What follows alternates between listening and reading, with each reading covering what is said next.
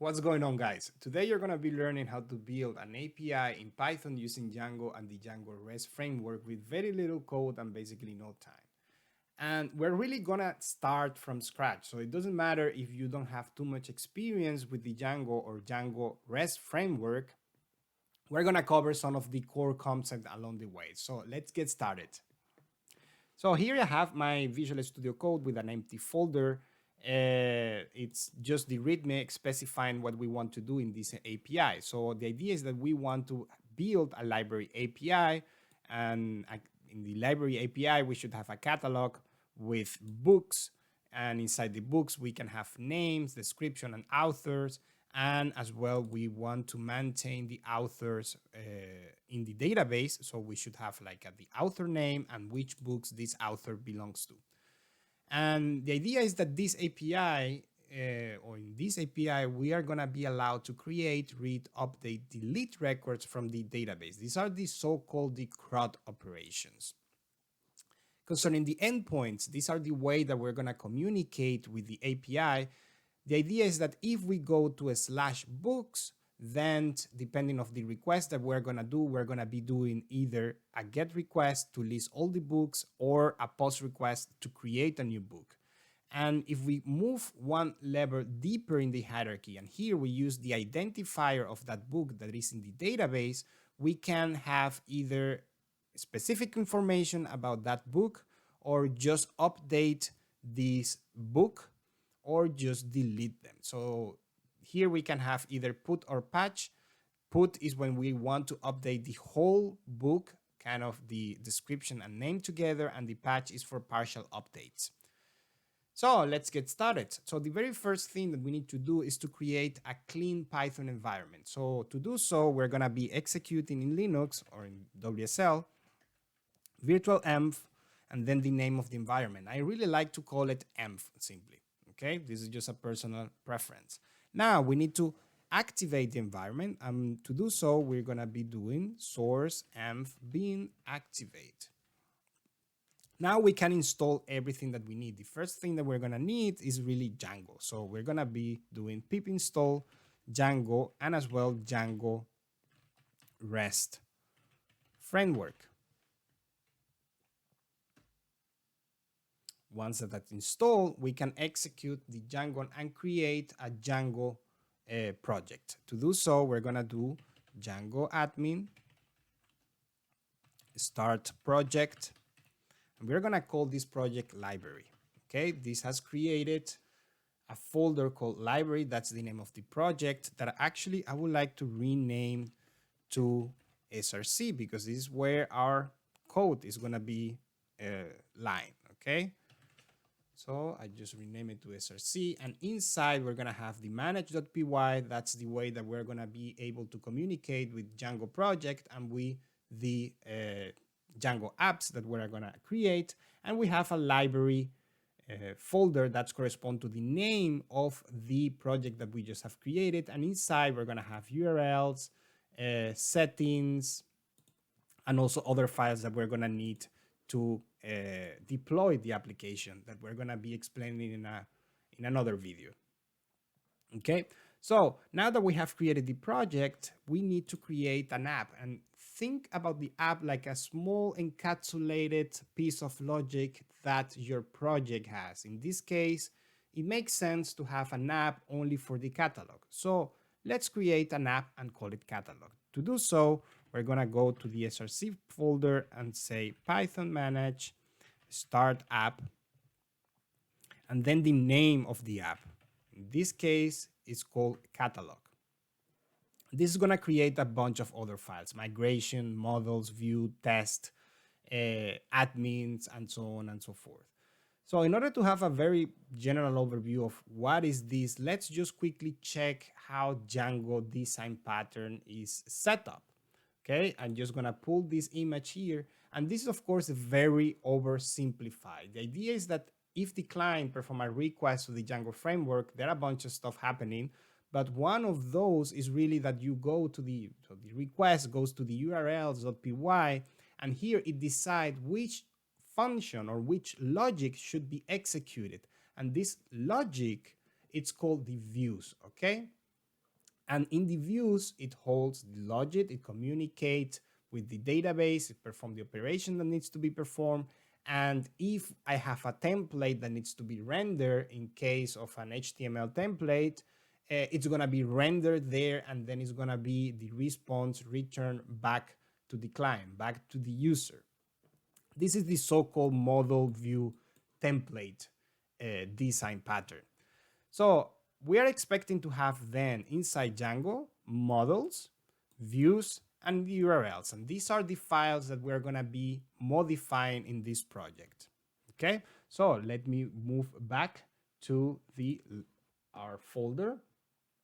And now that we added this catalog, I need to tell the project that there is an app that I added. And we do that in the settings.py. In the settings.py, we have an install apps array. And here we're going to add two things. So first, the REST framework. That's the one that we installed together with Django. And also, we're going to be adding catalog. Okay, I save this file and I do Python manage from server to start the development server. And if I open this, and I can just open this guy and then just bring it here, and you see this is kind of the hello world page for Django. Okay, the install worked successfully, congratulations. Now let's keep moving. We need to create the data model. The data model is basically the SQL tables that are going to be in the backend. By default, you can specify which kind of SQL database you want to use, but by default, Django is using SQLite. And actually, when we executed this Python run server, a SQLite database was created for us, and we can utilize it for this video. It's perfect for development. So we need to create these tables. How do we do that? Through the Django models. So this is very well explained in the official documentation. So I'm not going to spend too much time on it. The idea is that you create a class that is going to be your table in the SQL, and the different attributes of this class will correspond to the columns in the SQL table. So let's start by creating just a class called book, and this is gonna be extending the model class. And here we're gonna have a name that is gonna be a char field or max length 250, and a description field that is gonna be a text field. Okay, and this text field should stay like that. So I save it. That's it.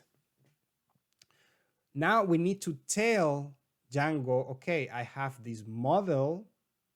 I want to create a table in the database based on this model. How do we do that? Well, two steps. We need to create a migration, and then we need to execute that migration. How do we do that? Well, first we say Python manage make migrations, and this is creating a new migration. If we explore this file, we see, okay, create model named book with the following fields.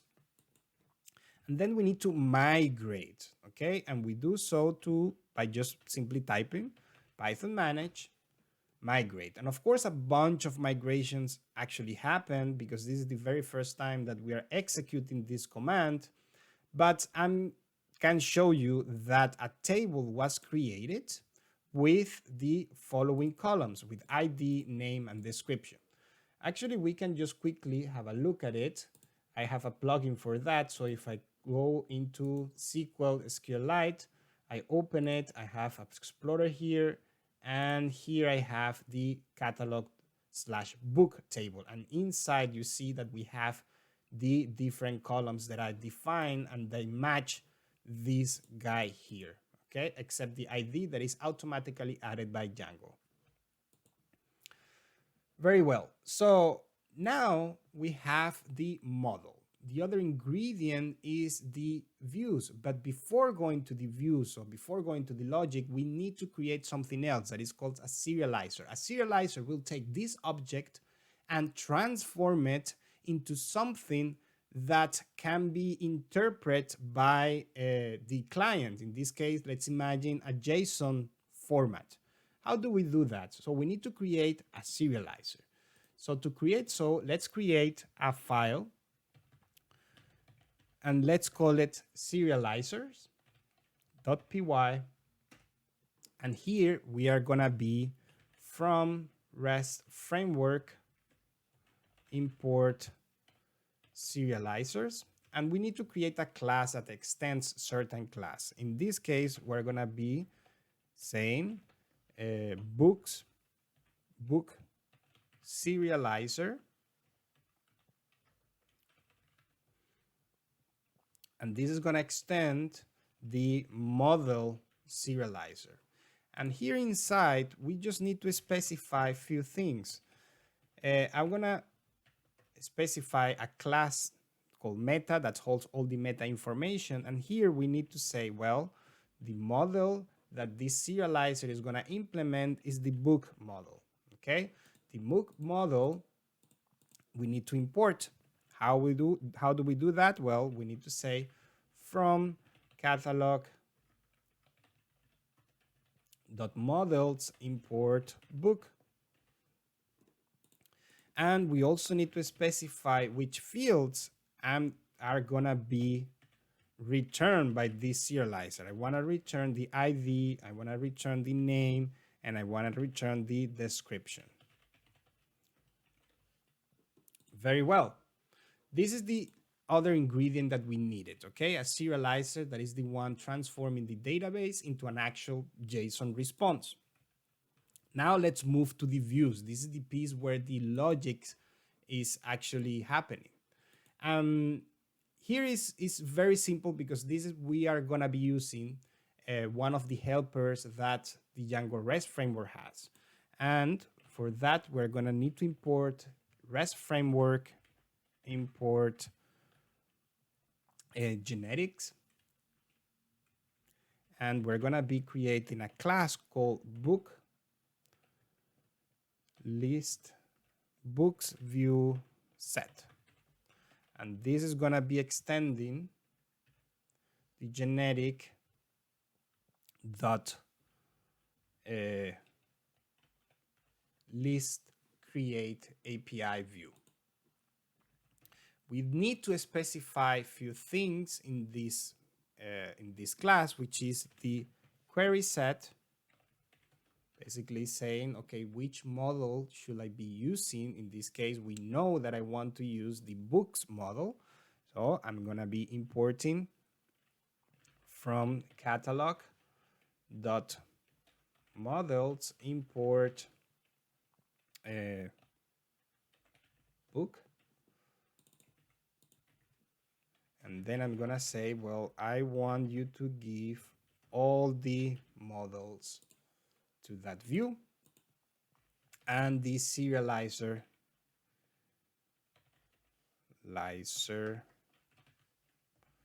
class. We need to import this, and we need to do from catalog.serializers import book serializer. And this is the one that we're gonna be passing. Now, this guy is just going to be responsible for listing all the books and creating a new book through the post request, as we described at the beginning of the video. So we just then we have the logic, we have the model, and then we just need to update the URL. Well, to do so, let's just from catalog.views import books view set. That's the logic that we just have built. And then we're gonna be doing, well, everything that goes to books, I wanna execute books view set And here we just need to execute another function to transform into an actual view. And I have a comma missing. And then let's run the development servant and give it a try. So I'm gonna be opening the Thunder client. This is just a client for testing APIs. So let's have a look. If I do a GET request to books, I'm gonna get an empty array because I don't have anything in the database so far. However, it is working because I'm getting a 200 OK status.